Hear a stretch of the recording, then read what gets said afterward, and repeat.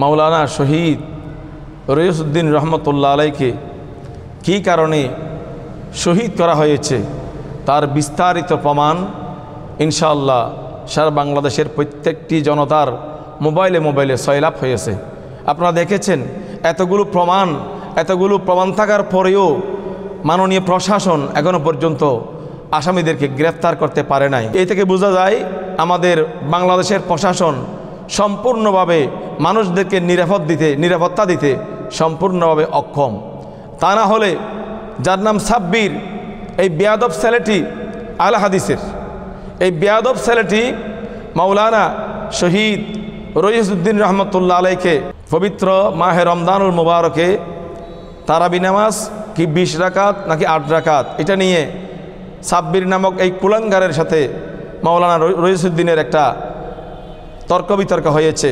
সেই তর্ক বিতর্কের জের ধরে ওই কুলাঙ্কার সাব্বির নামক এই বেয়াদব আল্লামা রইসউদ্দিন রহমতুল্লাহ আলাইকে ডেকে নিয়ে চার দোকানের মধ্যে নিয়ে গিয়ে মানুষদেরকে জড়ো করে পূর্ব পরিকল্পিতভাবে তাকে ডেকে নিয়ে সে চায়ের দোকানের মধ্যে তারা ওই বেয়াদবরা সাব্বির নামক এই বেয়াদব আল্লামা রইসউদ্দিনকে মুখের মধ্যে থাপ্পড় মেরেছেন, ঘুষি মেরেছেন, কিল মেরেছেন, তাকে আরও অনেক ধরনের হেনস্থা করেছেন, মেরেছেন। একজন আলেমের গায়ে হাত তুলতে আর অন্তর কাঁপে নাই, দিল কাঁপে নাই, হাত কাঁপে নাই। আমি কার গায়ে হাত দিচ্ছি, আমি কার মুখের মধ্যে থাপ্পড় দিচ্ছি, আমি কার মুখের মধ্যে ঘুষি মারছি, আমি কার মুখের মধ্যে কিল মারছি, সেই বেয়াদব তার অন্তরের মধ্যে আর 1% তার অন্তরে মহব্বত ছিল না। যার কারণে মাওলানা রইসউদ্দিনকে তিনি এমনভাবে মেরেছেন, এই মারার পরে এই মারার যেই মূল কথা, মূল যেটা এজেন্ডা, মূল যেটা বিষয় ইস্যু, সেটা হচ্ছে তারাবি নামাজ 20 রাকাত 8 রাকাত। মাওলানা রইসউদ্দিন বলেছেন 20 রাকাত, এটা হাদিসে পাকের মধ্যে আছে, আর ওই বেয়াদব বলেছেন 8 রাকাত। এটার জের ধরে কি মানুষকে হত্যা করা যায়, মানুষকে মারা যায়? এটার জের ধরে ওই বেয়াদব কুলাঙ্কার সাব্বির, আমি তাকে বলে জুতা পিটা করবো। এই বেয়াদব মাওলানা রইসউদ্দিনকে মানুষদেরকে ডেকে পূর্ব পরিকল্পিতভাবে তাকে হত্যা করেছেন। আমি মাননীয় প্রশাসনকে বলবো অনতি বিলম্বে সাব্বির সহ তার সহযোগী যারা ছিল তাদেরকে গ্রেফতার করে থানা হাজতে নিয়ে গিয়ে তাদেরকে আলটিমেটাম দিয়ে তাদেরকে ধরে যদি শাস্তির আওতায় আনা হয়, আমি মনে করি তাদের পিছনে আরও কারা কারা আছেন তাদের সবার নাম চলে আসবে। যে ব্যক্তি যেই দলের হোক না কেন, আপনি তো মুসলমান, আপনি প্রশাসনের মানুষ, আপনি মানুষ না, আপনি মানুষ হিসেবে মানুষের পরিচয় দিবেন। আপনার সন্তানকে যদি এভাবে মারা হয়, আপনার ভাইকে যদি এভাবে মারা হয়, আপনার আত্মীয়কে যদি এইভাবে মারা হয়, আপনি কি সেটাকে মেনে নেবেন, সহ্য করবেন? আর তার মার আহাজারিতে আকাশ বাতাস কম্পিত হয়েছে, তার বিবির আহাজারিতে আকাশ বাতাস প্রকম্পিত হয়েছে, তার মেয়ের আহাজারিতে আকাশ বাতাস প্রকম্পিত হয়েছে, মুসলিম জনতার অন্তরের মধ্যে রক্তকরণ হয়েছে। কিন্তু আমাদের প্রশাসন এখনো পর্যন্ত সাব্বির সহ যারা মাওলানা রইসউদ্দিনকে হত্যার পিছনে জড়িত তাদেরকে এখনো পর্যন্ত গ্রেফতার করতে পারে নাই।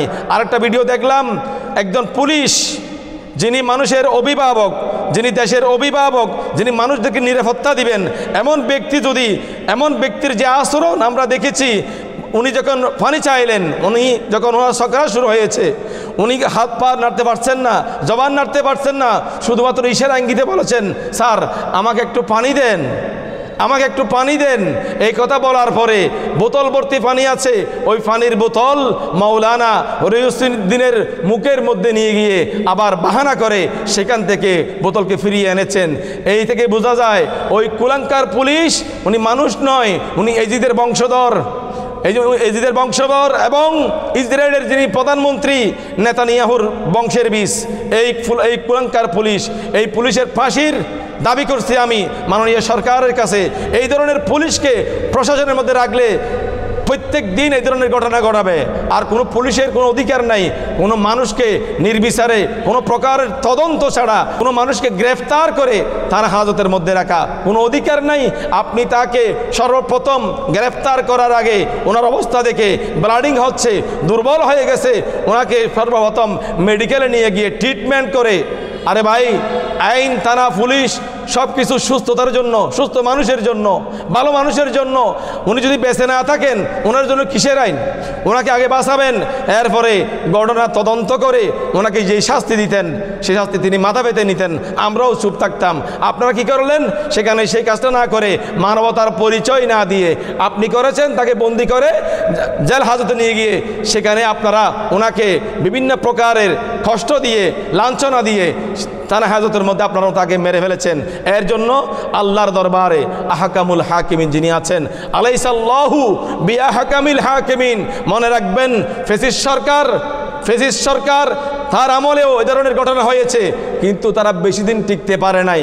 মনে রাখবেন, আপনারা এই ধরনের কাজ করবেন, আপনাদেরকে ছাত্র জনতার গণ অভ্যুত্থানের মধ্যে কুকুরের মতো মেরে মেরে তিন রাস্তার মোড়ে আপনাদের লাশকে ঝুলিয়ে রেখেছেন, আপনাদের অবস্থাও সেই ধরনের হবে।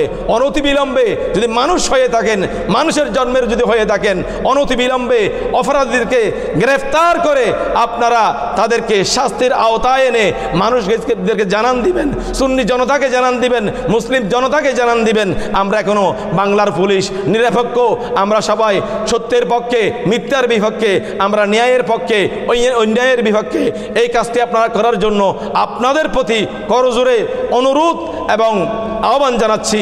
আসসালামু আলাইকুম ওয়া রাহমাতুল্লাহি ওয়া বারাকাতুহু।